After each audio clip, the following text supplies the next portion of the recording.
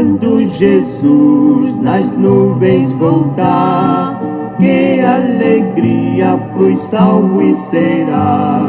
Vamos, irmãos, nos preparar, Jesus em breve virá.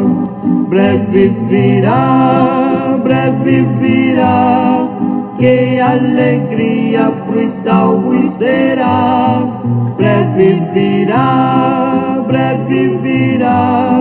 Jesus em glória a sua igreja levar.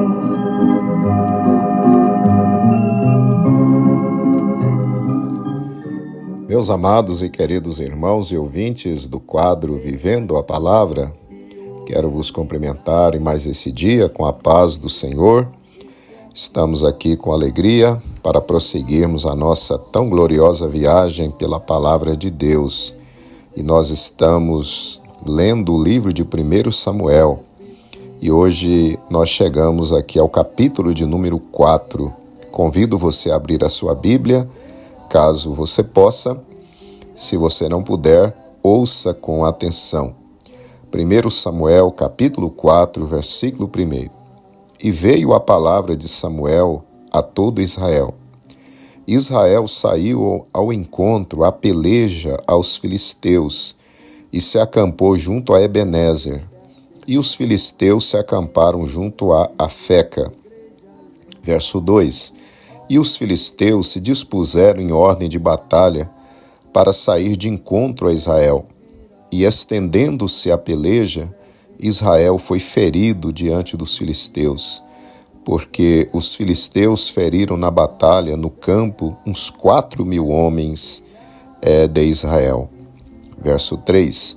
E tornando o povo ao arraial, disseram os anciãos de Israel: Por que nos feriu o Senhor hoje diante dos filisteus? Tragamos de Siló a arca da aliança do Senhor, e venha no meio de nós, para que nos livre da mão de nossos inimigos. Verso 4. Enviou, pois, o povo a Siló, e trouxeram de lá a arca do pacto do Senhor dos Exércitos, que habita entre os querubins.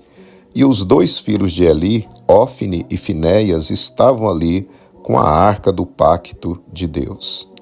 Verso 5. E sucedeu que, vindo a arca do pacto do Senhor ao arraial, todo Israel jubilou com grande júbilo, até que a terra estremeceu. Verso 6. E os filisteus, ouvindo a voz de júbilo, disseram: Que voz de tão grande júbilo é esta no arraial dos hebreus? Então souberam que a arca do Senhor era vinda ao arraial. Verso 7. Pelo que os filisteus se atemorizaram, porque diziam: Deus veio ao arraial. E diziam mais: Ai de nós, que tal nunca sucedeu antes. Verso 8. Ai de nós, quem nos livrará da mão destes grandiosos deuses? Estes são os deuses que feriram os egípcios com todas as pragas junto ao deserto. Verso 9. Esforçai-vos e sede homens, ó filisteus, para que porventura não venhais a servir aos hebreus como eles serviram a vós. Sede, pois, homens, e pelejai. Verso 10. Então pelejaram os filisteus, e Israel foi ferido, e fugiram cada um para a sua tenda. E foi tão grande o estrago que caíram de Israel 30.000 homens de pé. Verso 11. E foi tomada a arca de Deus, e os filisteus, e os 2 filhos de Eli, Ófine e Finéias, morreram. Verso 12. Então correu da batalha um homem de Benjamim, e chegou no mesmo dia a Siló, e trazia as vestes rotas e terra sobre a cabeça. Verso 13. E chegando ele, eis que Eli estava sentado sobre uma cadeira, vigiando ao pé do caminho, porquanto o seu coração estava tremendo pela arca de Deus. Entrando, pois, aquele homem a anunciar isso na cidade, toda a cidade gritou. Verso 14. E Eli, ouvindo a voz do grito, disse: Que voz de alvoroço é esta? Então chegou aquele homem a grande pressa e veio e o anunciou a Eli. Verso 15. E era Eli da idade de 98 anos, e estavam os seus olhos tão escurecidos que já não podia ver. Verso 16. E disse aquele homem a Eli: Eu sou o que venho da batalha, porque eu fugi hoje da batalha. E disse ele: Que coisa sucedeu, filho meu? Verso 17. Então respondeu que trazia as novas e disse: Israel fugiu de diante dos filisteus, e houve também grande destroço entre o povo. E além disso, também teus 2 filhos, Ofne e Finéias, morreram, e a arca de Deus é tomada. Verso 18. E sucedeu que, fazendo ele menção da arca de Deus, Eli caiu da cadeira para trás, da banda da porta, e quebrou-se-lhe o pescoço, e morreu, porquanto o homem era velho e pesado, e tinha ele julgado a Israel 40 anos. Verso 19. E estando sua nora, a mulher de Finéias, grávida e próxima ao parto, e ouvindo estas novas de que a arca de Deus era tomada, e de que seu sogro e seu marido morreram, encurvou-se e deu à luz, porquanto as dores lhe sobrevieram. Verso 20. E ao tempo em que ia morrendo, disseram as mulheres que estavam com ela: Não temas, pois tiveste um filho. Ela, porém, não respondeu, nem fez caso disso. Verso 21. Mas chamou ao menino Icabô, dizendo: Foi-se a glória de Israel, porquanto a arca de Deus foi levada presa, e por causa de seu sogro e de seu marido. Verso 22. E disse mais: De Israel a glória é levada presa, pois é tomada a arca de Deus. Desde quando Jesus ressuscitou, minha alma não chora mais.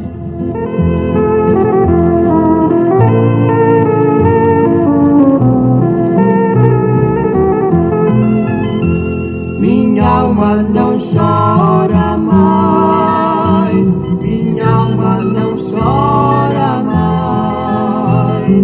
Desde quando Jesus ressuscitou, minha alma não chora mais. Muito bem, meus amados irmãos, nós acabamos aí a leitura do capítulo 4 aqui do livro de 1 Samuel. Para a nossa mensagem de hoje, eu quero reler com você o verso de número 3. E tornando o povo ao arraial, disseram os anciãos de Israel: Por que nos feriu o Senhor hoje diante dos filisteus? Tragamos de Siló a arca da aliança do Senhor, e venha no meio de nós, para que nos livre da mão de nossos inimigos. Reinar, deixa Jesus em minha alma reinar. O inimigo vencido será. Deixa Jesus em minha alma reinar. Meus amados e queridos irmãos, o povo de Israel estava desconcertado com Deus. O povo estava envolvido com a idolatria e outras práticas abomináveis aos olhos do Senhor. A guerra contra os filisteus surge. O juiz e profeta Samuel convoca o povo para a peleja.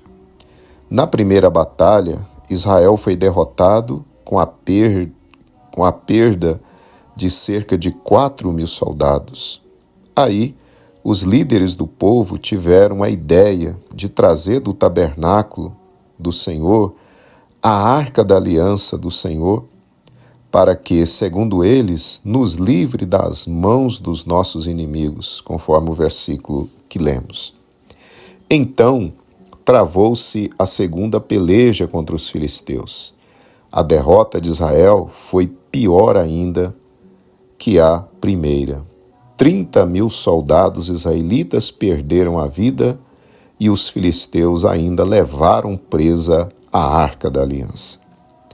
O pior erro dos israelitas, meus amados, foi achar que a Arca da Aliança, que apenas era um símbolo da presença de Deus, fosse livrá-los de seus inimigos, quando o que eles precisavam fazer era arrepender-se de seus pecados e se voltarem para Deus com sinceridade e obediência. Aí sim, Deus lhes daria o livramento. Eles pensavam que bastava ser religiosos, venerando os objetos do tabernáculo, que não importava seu relacionamento com Deus e com os mandamentos dele. Deus os castigou duramente para que aprendessem a lição. Amados irmãos, Deus não quer que sejamos simplesmente religiosos. Ele quer que o sirvamos de coração, alma e espírito. Ele deseja que o amemos com todas as nossas forças e tenhamos com ele intimidade, que tenhamos um relacionamento com ele de pai e filho. O religioso, ele foca os símbolos. Ele gosta apenas de cumprir regras exteriores e leis, mas não se preocupa em ter um relacionamento íntimo com Deus e conhecê-lo melhor a cada dia. O povo de Judá, nos dias de Jeremias, também tiveram o mesmo comportamento. Jeremias, o profeta de Deus, os advertia que eles precisavam se arrepender, que eles precisavam deixar o pecado e se voltarem para Deus, senão Nabucodonosor, os babilônios, viriam, destruiriam a cidade e os levariam para o cativeiro. Mas a palavra de Deus nos diz que os líderes e outros religiosos daqueles tempos confiavam no templo do Senhor que estava lá. Não, enquanto o templo de Deus estiver aqui, ninguém poderá nos destruir, porque o templo de Deus está aqui. Porém, como aconteceu aqui, nesse caso com os israelitas, nos dias de Samuel, os babilônios vieram, conforme Jeremias havia previsto, destruiu a cidade e o templo e os levou para o cativeiro. Eles estavam confiando no templo e não se preocupavam em obedecer ao Deus do templo. O religioso, meus queridos, acha que se ele vai aos cultos, toma ceia, oferta e cumpre regras, então tudo está bem entre ele e Deus. Sabemos que tudo isso é necessário, mas se nós nos acomodarmos somente com essas práticas e não nos preocuparmos em ter fome e sede pela presença de Deus, pela palavra dele, e desejar agradá-lo em toda a nossa maneira de viver, nós estaremos longe de Deus, apesar de nossa religiosidade. Reflitamos nisso nesse dia, meus queridos irmãos e ouvintes. Não seja apenas religioso. Seja um crente fiel, seja um crente piedoso, devotado ao Senhor de todo o seu coração. Tenha fome pela palavra, tenha fome pela presença do Senhor, tenha fome e desejo para agradá-lo em toda a sua maneira de viver. Louvado seja Deus. Pense nisso nesse dia, em nome do Senhor. Com gozo a minha alma saciou. Cristo veio e agora eu sei. Tocou-me e meu ser transformou. Desde que conheço a Cristo. Oremos, meus queridos. Pai de bondade, queremos te glorificar em mais esse dia, por mais este capítulo da tua palavra, Senhor, e por essa mensagem de despertamento, de orientação, Senhor, que tu tens nos trazido ao coração. Pai, não deixa, Pai, que nós sejamos iludidos por nós mesmos. Não deixa que nós, Senhor, nos preocupemos em apenas ser religiosos, em cumprir regras, em estar, Senhor, nos cultos, em orarmos. mas sem nos preocuparmos em termos intimidade contigo, em conhecê-lo cada dia mais e viver uma vida reta na tua presença. Senhor, que assim seja. Ajuda-nos a sermos verdadeiros cristãos, Senhor, verdadeiros adoradores, verdadeiros servos e servas do Senhor. Ajuda-nos por tua graça, em nome do Senhor Jesus. Amém.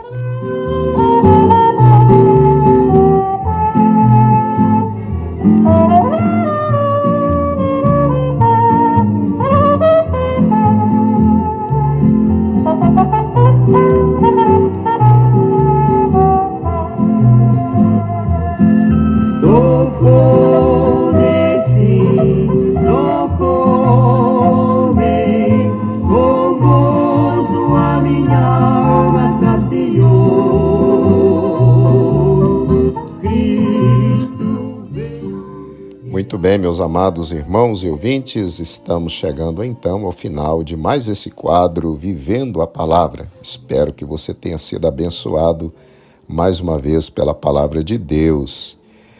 E se o quadro Vivendo a Palavra tem sido uma bênção para você, nos ajude a alcançar mais vidas, compartilhe as mensagens e convide pessoas também para fazer parte do nosso grupo, tá bom? Desejo a você um dia de paz, de vitória e espero você amanhã para prosseguirmos a nossa bendita viagem. Um abraço, fique na paz do Senhor Jesus. Eu nunca, Jesus, deixarei. Não, não, não, não, não. Eu nunca, Jesus, deixarei. Não, não, não, não, não. Eu nunca, Jesus, deixarei.